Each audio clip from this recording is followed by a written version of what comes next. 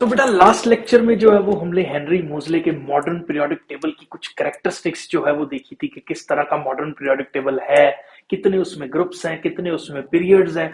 आज हम लोग मेजरली फोकस करने वाले हैं कि अगर मैं पीरियोडिक टेबल के अंदर डाउन द ग्रुप मतलब ऊपर से नीचे अगर मूव कर रहा हूं या अलोंग द पीरियड मूव कर रहा हूं तो बहुत सारी केमिकल कैरेक्टरिस्टिक्स या फिजिकल प्रॉपर्टीज जो है वो किस तरह से वेरी करती हैं।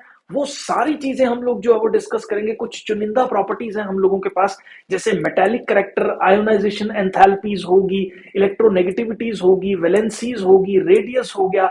ये सब किस तरीके से जो है वो अलोंग द ग्रुप और पीरियड जो है वो वेरी कर रहा है। सारा का सारा जो है वो नोट करने वाले हैं। पेन कॉपी निकाल लीजिए, सारा लेक्चर जो है वो नोट करेंगे। चलो शुरू करते हैं। अगर देखो बेटा जी, मेटालिक प्रॉपर्टीज की या मेटालिक कैरेक्टरिस्टिक्स का अगर मैं ट्रेंड डिस्कस करूं, ध्यान से समझना। देखो मैंने आपको क्या बताया था लास्ट लेक्चर में कि जो पीरियड नंबर होता है that is the number of shells. तो जैसे जैसे मैं नीचे जा रहा हूं वैसे वैसे पीरियड नंबर इंक्रीज कर रहा है। अगर मैं मॉडर्न पीरियोडिक टेबल के अंदर यहां पे आप ध्यान से देखो तो जैसे जैसे मैं नीचे जा रहा हूं मॉडर्न पीरियोडिक टेबल में वैसे वैसे उसका पीरियड नंबर जो है वो इंक्रीज कर रहा है। अगर उसका पीरियड नंबर इंक्रीज कर रहा है तो इसका मतलब नंबर ऑफ शेल्स, क्योंकि पीरियड नंबर हम लोगों के पास किस चीज को बताता है, नंबर ऑफ शेल्स को बताता है। तो जैसे जैसे मैं नीचे मूव कर रहा हूं पीरियड नंबर इंक्रीज कर रहा है तो नंबर ऑफ शेल्स जो है वो क्या करेंगे हम लोगों के पास, बढ़ेंगे। नंबर ऑफ शेल्स बढ़ रहे हैं तो मान लो ये एटम है, हर स्टेप पे एक एक शेल जो है वो उसके अंदर एड ऑन हो रहा है। तो इसका मतलब जो आउटर शेल का इलेक्ट्रॉन है या जो बाहर वाला ऑर्बिटल है, स्टेप बाय स्टेप अगर मैं मूव करूं हर स्टेप के अंदर ग्रुप 1 से 2 से 3 4 5 6, तो जो आउटर शेल है वो दूर जा रहा है। आउटर शेल अगर दूर जा रहा है तो एटम का साइज अगर मैं बात करूं तो डाउन द ग्रुप अगर मैं मूव कर रहा हूं तो एटम का साइज जो है वो इंक्रीज कर रहा है। अगर एटम का साइज इंक्रीज कर रहा है तो जो आउटर शेल का इलेक्ट्रॉन है, जो बाहर वाले शेल का इलेक्ट्रॉन है, वो जो है वो हम लोगों के पास न्यूक्लियस से दूर चला गया। अगर न्यूक्लियस से दूर चला गया तो डिस्टेंस उसका बढ़ गया। डिस्टेंस अगर उसका न्यूक्लियस से बढ़ गया तो जो अट्रैक्शन है न्यूक्लियस की आउटर शेल के इलेक्ट्रॉन के ऊपर वो कम हो जाएगी। कम हो जाएगी तो वो इलेक्ट्रॉन को इजीली रिमूव कर देगा। अब इसी चीज को मैं स्टेप बाय स्टेप लिख रहा हूं कि अगर मैं पीरियड के अंदर मूव कर रहा हूं, पीरियड के अंदर मूव करने से एटम का जो साइज है वो इंक्रीज कर रहा है, जो आउटर शेल का इलेक्ट्रॉन का डिस्टेंस है वो भी इंक्रीज कर रहा है, जो फोर्स ऑफ अट्रैक्शन कॉज होने वाला है वो हम लोगों के पास क्या कर रहा है, डिक्रीज कर रहा है। फोर्स ऑफ अट्रैक्शन अगर डिक्रीज कर रहा है तो इलेक्ट्रॉन जो है वो क्या हो जाएगा हम लोगों के पास, इजीली जो है वो रिमूव हो जाएगा। अगर इलेक्ट्रॉन इजीली रिमूव हो जाएगा तो इसका मतलब मेटालिक करेक्टर ज्यादा है, क्योंकि मेटल्स की करेक्टरिस्टिक फीचर है कि जो जितना इजीली इलेक्ट्रॉन को रिमूव कर देगा अपने अंदर से उसके अंदर उतना ज्यादा मेटालिक करेक्टर जो है वो रहेगा। तो मेटालिक करेक्टर्स के अंदर अगर मैं अलोंग द पीरियड मूव कर रहा हूं तो metallic sorry along the group अगर मैं मूव कर रहा हूं तो मेटालिक करेक्टर जो है वो इंक्रीज कर रहा है। अगर metallic character along the group अगर मैं मूव कर रहा हूं तो इंक्रीज कर रहा है, तो हम लोगों के पास non metallic character but obviously decrease करेगा। ये कब हो रहा है, जब मैं पीरियोडिक टेबल के अंदर ऐसे जो है वो मूव कर रहा हूं। तो देखो ऐसे मूव करने से पीरियड नंबर 1 2 3 4 5 इस तरह से पीरियड नंबर बढ़ रहा है, लेकिन ग्रुप नंबर जो है वो इस तरह से मूव करने के अंदर हम लोगों के पास क्या रहता है, ग्रुप का जो नंबर है वो ऐसे मूव करने पे सेम रहता है, ग्रुप नंबर सेम रहता है। इसका मतलब हम लोगों के पास हर स्टेप के अंदर एक एक शेल एड ऑन हो रहा है, आउटर शेल का इलेक्ट्रॉन दूर जा रहा है, तो इसको बोलते हैं अलोंग द पीरियड मोशन के अंदर हम लोगों के पास मेटालिक करेक्टर की वैल्यू जो है वो इंक्रीज करती है और जो नॉन मेटालिक करेक्टर है वो हम लोगों के पास क्या कर जाता है, डिक्रीज कर जाता है। क्यों? क्योंकि जितना ज्यादा दूर इलेक्ट्रॉन जाएगा उतना अट्रैक्शन कम होगा, उतना इजीली रिमूव हो जाएगा। मेटल का जो करेक्टरिस्टिक फीचर है that is the ability to lose electron. और अगर मैं नॉन मेटल के करेक्टरिस्टिक फीचर के बारे में बात करूं तो नॉन मेटल्स के अंदर उसका करेक्टरिस्टिक फीचर जो है that is the ability to gain electrons, जो जितना इजीली इलेक्ट्रॉन को गेन कर लेगा। अब सोचने वाली बात है, अगर इलेक्ट्रॉन दूर चला गया है, आउटर शेल जो है वो बड़ा हो गया है, तो उसकी इलेक्ट्रॉन को गेन करने की टेंडेंसी जो है वो हम लोगों के पास कम हो जाएगी। टेंडेंसी इलेक्ट्रॉन को गेन करने की कम हो जाएगी तो नॉन मेटालिक करेक्टर जो है वो कम होने वाला है। आई होप बेटा जी ये क्लियर है। नेक्स्ट अगर मैं बात करूं पीरियड के अंदर अगर मैं मूव कर रहा हूं तो छोटी सी सोचने वाली बात है, वो क्या कि इधर सारे के सारे जो है वो मॉडर्न पीरियोडिक टेबल में मेटल्स हैं, इधर हम लोगों के पास क्या है मॉडर्न पीरियोडिक टेबल के अंदर नॉन मेटल्स हैं। इधर से इधर जा रहा हूं तो मैं नॉन मेटल्स की तरफ जा रहा हूं, नॉन मेटल्स की तरफ जा रहा हूं तो इसका मतलब नॉन मेटालिक करैक्टर तो इंक्रीज ही हो रहा होगा। तो अगर मैं अलोंग द पीरियड मतलब एक पर्टिकुलर पीरियड में मैं ऐसे मूव कर रहा हूं, तो अलोंग द पीरियड मूव करने पे मेटालिक करैक्टर डिक्रीज करता है और नॉन मेटालिक करैक्टर जो है वो इंक्रीज करता है, क्योंकि मैं नॉन मेटल्स की तरफ जो है वो जा रहा हूं। बाकी इसका जो मेजर रीजन है that depends on the size, ये मैं आगे डिस्कस करने वाला हूं कि कैसे अलोंग द पीरियड मूव करके साइज जो है वो डिक्रीज हो जाता है। इसको अभी के लिए समझ लो कि लॉन्ग द पीरियड मूव करके साइज डिक्रीज हो जाता है। साइज डिक्रीज हो जाता है तो आउटर शेल का इलेक्ट्रॉन जो है वो और नजदीक आ जाता है। देखो ना, जैसे मान लो मैं इधर ऐसे मूव कर रहा हूं मॉडर्न पीरियोडिक टेबल में, तो मैंने बोला एटम जो है वो साइज उसका छोटा हो रहा है, साइज छोटा हो रहा है तो आउटर शेल का इलेक्ट्रॉन जो है बेटा वो न्यूक्लियस के ज्यादा पास आ रहा है। न्यूक्लियस के अगर ज्यादा पास आ रहा है तो उसकी अट्रैक्शन जो न्यूक्लियस के साथ है वो बढ़ रही है, अट्रैक्शन बढ़ रही है, तो इसका मतलब उस पर्टिकुलर इलेक्ट्रॉन को रिमूव करना जो है वो थोड़ा सा डिफिकल्ट हो जाएगा, जिसकी वजह से उसका नॉन मेटेलिक करेक्टर जो है वो इंक्रीज कर जाएगा। आई होप बेटा जी ये क्लियर है। नेक्स्ट जो है, अगर हम लोग रीजन की बात करें अलोंग द ग्रुप, तो जैसे जैसे हम अलोंग द ग्रुप मूव कर रहे हैं साइज एटम का इंक्रीज कर रहा है, अट्रैक्शन जो है वो डिक्रीज हो जाती है, जिसकी वजह से उसका टेंडेंसी इलेक्ट्रॉन को लूज करने का जो है वो बढ़ जाता है। ये सारा का सारा मैंने जो है वो एक्सप्लेन कर दिया।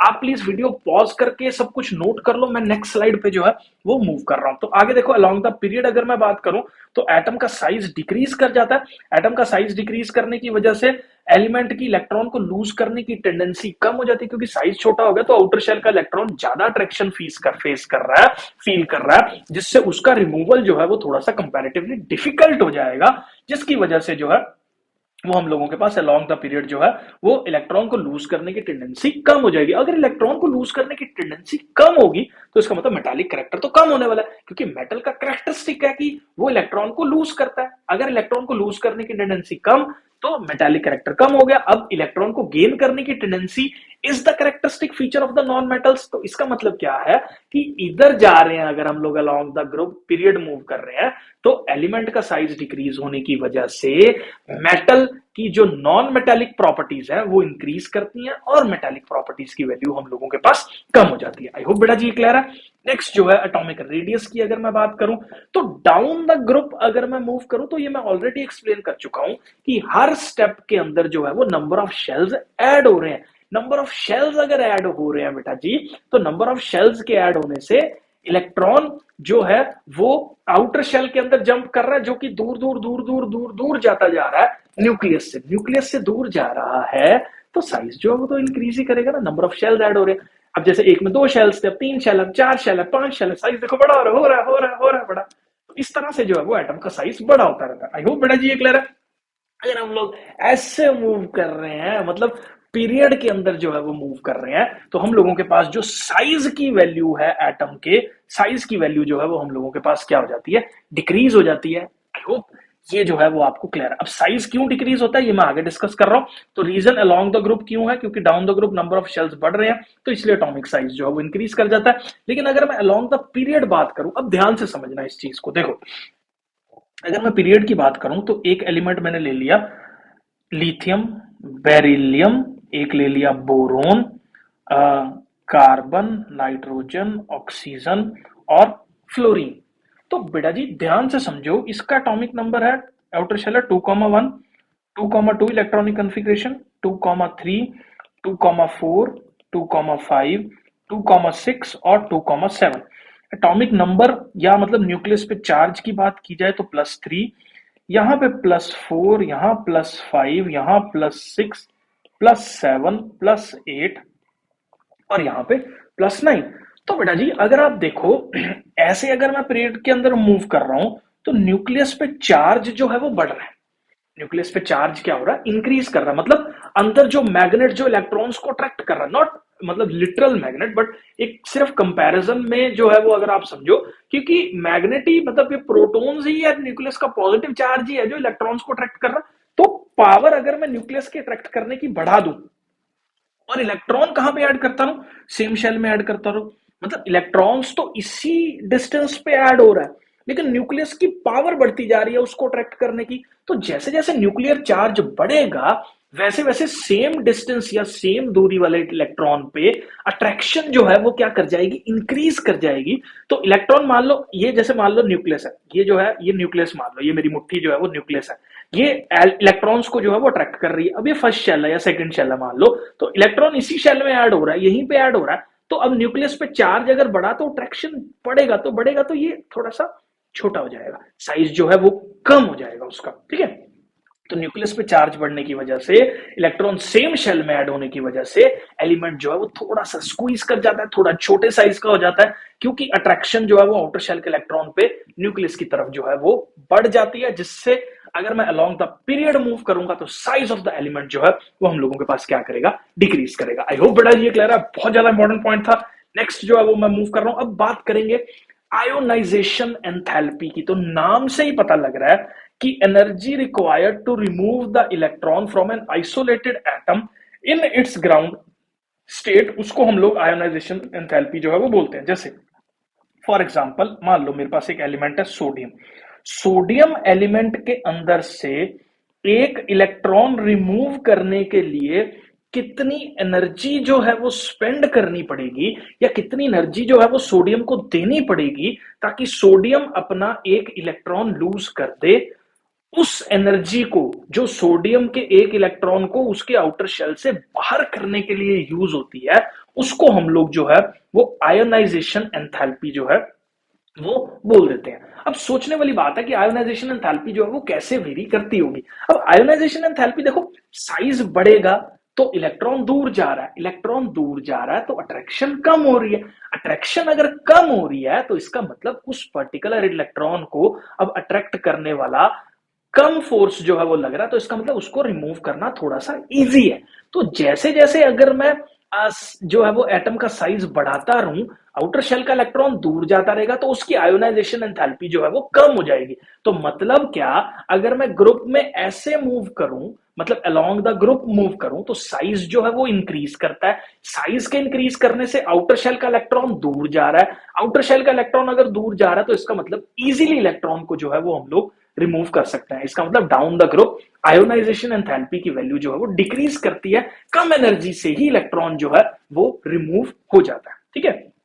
तो एटम के साइज के साथ ही इनवर्सली वेरी करती है, न्यूक्लियस के चार्ज के साथ ही डायरेक्टली वेरी करती है। तो अगर मैं मान लो ऐसे मूव कर रहा हूं along the period, along the period अगर मैं बात करूं तो एटम का साइज छोटा होता जा रहा है। एटम का साइज अगर छोटा होता जा रहा है, क्यों? क्योंकि न्यूक्लियर चार्ज बढ़ रहा है, न्यूक्लियर चार्ज बढ़ रहा है तो attraction of the outer shell electron to the nucleus increase कर रहा है। अट्रैक्शन अगर इंक्रीज करेगा बेटा जी, तो इसका मतलब उसको ज्यादा एनर्जी देनी पड़ेगी ना रिमूव करने के लिए। क्यों? क्योंकि अब इलेक्ट्रॉन ज्यादा फोर्स फील कर रहा है, तो उस फोर्स को ओवरकम करने के लिए मेरे को ज्यादा अमाउंट ऑफ एनर्जी जो है वो देनी पड़ेगी। तो इसलिए अगर मैं इस तरह से मूव कर रहा हूं अलोंग द पीरियड, तो आयोनाइजेशन एंथैल्पी की वैल्यू इंक्रीज करती है। अगर मैं ऊपर से नीचे मूव कर रहा हूं तो आयोनाइजेशन एंथैल्पी की वैल्यू जो है वो डिक्रीज करती है। आई होप ये क्लियर है। नेक्स्ट जो है मैंने यहाँ पे रीजंस लिख रखे हैं, लेफ्ट टू राइट अगर मैं पीरियड के अंदर मूव कर रहा हूं तो आयोनाइजेशन एंथैल्पी इंक्रीज करती है और डाउन द ग्रुप डिक्रीज करती है। रीजंस मैंने आपको जो है वो समझा दिए हैं, आप यहां से जो है वो नोट कर लीजिए। मैं नेक्स्ट स्लाइड पे जो है वो मूव कर रहा हूं। तो अलोंग द पीरियड का भी रीजन आ गया और जो है वो हम लोगों के पास बाकी रीजंस भी आ गया। बाकी एक चीज और ध्यान रखो, आईई से मतलब मैंने आयोनाइजेशन एंथैल्पी यहाँ पे बताया, जो इनर्ट गैसेज है उसकी आयोनाइजेशन एंथैल्पी एक्सेप्शनली हाई है। जैसे इनर्ट गैसेज की जो इलेक्ट्रॉनिक कॉन्फ़िगरेशन है वो 2,8 होगी या 2,8,8 होगी। अब इसका ऑक्टेट जो है वो कंप्लीट है, इसका मतलब ये बहुत ज्यादा स्टेबल स्पीशीज के अंदर जो है वो गिना जाता है। इसका मतलब यहाँ पे जो है इसको बहुत ज्यादा अमाउंट ऑफ एनर्जी देनी पड़ेगी इलेक्ट्रॉन को रिमूव करने के लिए, इसीलिए जो इनर्ट गैसेज है उनकी एनर्जी जो है वो एक्सेप्शनली हाई रहती है। आई होप बेटा जी ये क्लियर है। नेक्स्ट जो है हम लोग बात करेंगे किसकी, इलेक्ट्रोनेगेटिविटी की। अब इलेक्ट्रोनेगेटिविटी का मतलब क्या रहता है, अब यहां पे देखो, मान लो एक पर्टिकुलर बॉन्ड जो है वो दो एटम्स के बीच में बना हुआ है। ये मान लो ये पर्टिकुलर दो एटम्स हैं ए और बी, इन दोनों एटम्स ने अपना एक एक इलेक्ट्रॉन जो है वो शेयर करके जो है वो हम लोगों के पास एक सिंगल बॉन्ड का फॉर्मेशन कर रखा है। मान लो ए एटम की टेंडेंसी जो है वो इलेक्ट्रॉन को अट्रैक्ट करने की ज्यादा है, तो होगा क्या, ये शेयर्ड पेयर ऑफ इलेक्ट्रॉन जो है वो ए की तरफ शिफ्ट कर जाएगा, क्योंकि उसकी टेंडेंसी इलेक्ट्रॉन को, शेयर्ड पेयर ऑफ इलेक्ट्रॉन को अपनी तरफ खींचने की ज्यादा है, जिसकी वजह से ये शेयर्ड पेयर ऑफ इलेक्ट्रॉन जो है वो ए की तरफ शिफ्ट कर जाएगा। इस टेंडेंसी को, जिससे atom shared pair of electrons को अपने तरफ जो है वो अट्रैक्ट करता है, जिससे कुछ इसके अंदर पोलर करेक्टर जो है वो आ जाता है, क्योंकि इसके ऊपर कुछ पॉजिटिव और नेगेटिव चार्जेस जो है वो इंड्यूस हो जाते हैं। क्योंकि अगर इलेक्ट्रॉन को अपनी तरफ अट्रैक्ट करेगा, तो मान लो मैं इलेक्ट्रॉन को अपनी तरफ अट्रैक्ट कर रहा हूं, इलेक्ट्रॉन को अपनी तरफ खींच रहा हूं, तो इसका मतलब मेरे पे इलेक्ट्रॉन की जो नेगेटिविटी है वो इंक्रीज कर रही है, तो मैं थोड़ा सा नेगेटिव चार्ज हो जाऊंगा, तो जिससे एक पोलर कंपाउंड्स का फॉर्मेशन जो है वो टेक प्लेस करेगा। ठीक है, आई होप बेटा इलेक्ट्रोनेगेटिविटी जो है वो आपको क्लियर है। अब सोचने वाली बात है, जितना छोटा साइज होगा एटम का, जितना ज्यादा स्मॉल एटम होगा, उतना ज्यादा आउटर शेल का जो शेयर्ड इलेक्ट्रॉन है वो अपने न्यूक्लियस की तरफ अट्रैक्ट होगा। तो इसका मतलब साइज के साथ अगर मैं बात करूं, तो साइज बड़ा तो इलेक्ट्रोनेगेटिविटी कम, साइज छोटा होगा तो इलेक्ट्रोनेगेटिविटी ज्यादा होगी। अब ये देख लो, साइज बड़ा और छोटा कहां पे होता है? अगर मैं अलोंग द ग्रुप मूव कर रहा हूं, तो जैसे जैसे मैं नीचे जा रहा हूं, तो एटम्स का साइज क्या होता जा रहा है? बड़ा होता जा रहा है, क्योंकि नंबर ऑफ शेल्स ऐड होते जा रहे हैं। नंबर ऑफ शेल्स अगर ऐड होते जा रहे हैं, तो attraction of the outer electron to the nucleus जो है वो कम हो जाता है। अट्रैक्शन अगर कम हो जाता है, तो इलेक्ट्रोनेगेटिविटी भी कम हो जाएगी, क्योंकि electronegativity is the attraction to attract the shared pair of electron. अब अट्रैक्शन ही कम होगी तो इलेक्ट्रोनेगेटिविटी की वैल्यू कम हो जाएगी। लेकिन अगर मैं पीरियोडिक टेबल में ऐसे मूव करूं, तो पीरियोडिक टेबल के अंदर ऐसे मूव करने से क्या हो रहा है, हम लोगों के पास अलोंग द पीरियड अगर मैं मूव कर रहा हूं, तो साइज छोटा हो रहा है। साइज छोटा हो रहा है तो आउटर शेल का इलेक्ट्रॉन ज्यादा अट्रैक्टेड फील कर रहा है न्यूक्लियस की तरफ, जिससे इलेक्ट्रोनेगेटिविटी की वैल्यू जो है वो हम लोगों के पास बढ़ जाएगी। आई होप बेटा जी ये क्लियर है। ये सारा का सारा जो है मैंने एक्सप्लेन कर दिया। आप यहां से जो है वो इसको नोट कर लो कि क्यों पीरियड के अलोंग इंक्रीज कर रही है या ग्रुप के अलोंग जो है वो डिक्रीज कर रही है। होप बेटा जी ये क्लियर है। नेक्स्ट जो है वो मैं बात करूं, तो फ्लोरीन एक ऐसा एलिमेंट है पीरियोडिक टेबल के अंदर जिसकी सबसे ज्यादा इलेक्ट्रोनेगेटिविटी है। इसको ना, इलेक्ट्रोनेगेटिविटी को हम आप नेक्स्ट ईयर पढ़ोगे, पॉलिंग स्केल के ऊपर जो है वो मेजर करते हैं। पॉलिंग स्केल ने जो है कुछ फिगर दे रखी है 4, तो इलेक्ट्रोनेगेटिविटी सबसे ज्यादा फ्लोरीन की है, जिसका पॉलिंग स्केल पे नंबर आता है 4। बाकी जितने भी एलिमेंट्स हैं हमारे पास पीरियोडिक टेबल में, जैसे ऑक्सीजन है उसकी 3.5 है, क्लोरीन की भी जो है वो कम है, नाइट्रोजन की 3 है, कार्बन की और कम है। तो ये फ्लोरीन की इलेक्ट्रोनेगेटिविटी पूरे के पूरे पीरियोडिक टेबल में जो है वो सबसे ज्यादा इलेक्ट्रोनेगेटिव एलिमेंट माना जाता है। अगर हम हीलियम की बात करें, तो हीलियम की इलेक्ट्रॉनिक कन्फिग्रेशन, क्योंकि एटॉमिक नंबर हीलियम का 2 है, तो इसके आउटर शेल में 2 ही इलेक्ट्रॉन्स हैं। फर्स्ट वाले शेल में 2 इलेक्ट्रॉन्स हैं, तो स्टेबल है, क्योंकि फर्स्ट शेल में 2 ही इलेक्ट्रॉन्स आते हैं, और सबसे छोटे शेल से इलेक्ट्रॉन को रिमूव करना बहुत ज्यादा मुश्किल है। तो हीलियम एक ऐसा एलिमेंट है जिसकी पूरे के पूरे पीरियोडिक टेबल में हाईएस्ट जो है वो आयोनाइजेशन एंथैल्पी है। और फ्लोरीन एक ऐसा एलिमेंट है जो पूरे के पूरे पीरियोडिक टेबल में सबसे ज्यादा नॉन मेटालिक नेचर को जो है वो हम लोगों के पास शो करता है। आई होप बेटा जी ये क्लियर है। नेक्स्ट स्लाइड पे जो है वो मैं मूव कर रहा हूं। अगर मैं आगे बात करूं वैलेंसी की, वैलेंसी एक कंबाइनिंग पावर होती है एलिमेंट की, जब वो बॉन्ड्स का फॉर्मेशन जो है वो करता है। अगर मैं जो है पीरियोडिक टेबल के अंदर ऊपर से नीचे मूव कर रहा हूं, ऐसे मूव कर रहा हूं, ऊपर से नीचे मूव कर रहा हूं, तो देखो ग्रुप सेम है। जैसे मान लो ग्रुप 1 के अंदर अगर मैं लिथियम की बात करूं, सोडियम की बात करूं, लिथियम के आउटर शेल में 1 इलेक्ट्रॉन, सोडियम के आउटर शेल में 1 इलेक्ट्रॉन, तो लिथियम की और सोडियम की कंबाइनिंग पावर सेम है, क्योंकि इनके आउटर शेल के इलेक्ट्रॉन्स जो है वो सेम है। अब वैलेंसी आउटर शेल के इलेक्ट्रॉन्स पे डिपेंड करती है। अगर आउटर शेल में इलेक्ट्रॉन्स जो है वो सेम रहेंगे तो एलिमेंट की सेम वैलेंसी होगी। अगर आउटर शेल के इलेक्ट्रॉन्स जो है वो डिफरेंट होंगे तो एलिमेंट की जो है वो हम लोगों के पास एक डिफरेंट वैलेंसी जो है वो रहती है। तो अगर मैं पीरियोडिक टेबल के अंदर जो है वो the valency of the element is related to the electronic configuration, ये हम लोग बता चुके हैं। On moving along the period valency जो है वो इंक्रीज कर रही है, फिर डिक्रीज कर रही है, जबकि ग्रुप में सेम रह रही है। पहले समझ लो ग्रुप में सेम क्यों रह रही है, क्योंकि इस आउटर शेल में सेम इलेक्ट्रॉन है। अगर मैं पीरियड की बात करूं, तो देखो यहां पे हम लोगों ने यहां लिख लेते हैं इसको, लिथियम हो गया, उसके बाद बेरिलियम हो गया, बोरोन हो गया, कार्बन हो गया, और हम लोगों के पास नाइट्रोजन हो गया, ऑक्सीजन हो गया, फ्लोरीन हो गया, और मान लो यहाँ पे हम लोगों के पास नियोन हो गया। तो इसकी इलेक्ट्रॉनिक कॉन्फ़िगरेशन 2 1 2 2, यहाँ पे 2 3, ये 2 4, 2 5, 2 6, 2 7 और 2 8। इसकी वैलेंसी 1 है, इसकी वैलेंसी 2 है, इसकी वैलेंसी 3 है, इसकी वैलेंसी 4 है, फिर 3 है, फिर 2 है, फिर 1 है, और फिर इसकी वैलेंसी 0 है। तो देखो पहले 1 से 4 तक इंक्रीज कर रही है, फिर 3 2 1 0। क्यों? क्योंकि एक इलेक्ट्रॉन लूज कर सकता है, 2 लूज करेगा, 3 लूज करेगा। तो ये मेटल वाली कैटेगरी के अंदर जो है वो हम लोगों के पास आ जाएंगे। तो इसलिए इनकी वैलेंसी 1 2 3 है। कार्बन इलेक्ट्रॉन शेयर करता है तो वैलेंसी 4 है। नाइट्रोजन जो है उसकी फिर 3 इलेक्ट्रॉन गेन करने की टेंडेंसी रहती है, क्योंकि अभी ये नॉन मेटल वाली कैरेक्टरिस्टिक्स के अंदर जो है वो शुरू हो गया। तो 3 इलेक्ट्रॉन गेन करेगा तो 8 इसका ऑक्टेट जो है वो कंप्लीट हो जाएगा। यहाँ पे इसको ऑक्टेट कंप्लीट करने के लिए 2 इलेक्ट्रॉन चाहिए, तो वैलेंसी 2। यहाँ ऑक्टेट कंप्लीट करने के लिए इसको 1 इलेक्ट्रॉन चाहिए, तो वैलेंसी 1। नियॉन को कोई भी इलेक्ट्रॉन ऑक्टेट कंप्लीट करने के लिए नहीं चाहिए, तो इसकी वैलेंसी जो है वो 0 होगी। आई होप बेटा जी ये क्लियर है। तो ये पूरा चैप्टर जो है वो खत्म हो गया। बहुत जल्दी जो है वो मैं बाकी सारे चैप्टर्स भी आप लोगों के जो है वो खत्म करने वाला हूं। बहुत ज्यादा एफर्ट जो है वो हम लोग क्लास 10th के साथ इस सेमेस्टर में जो है वो लगा रहे हैं।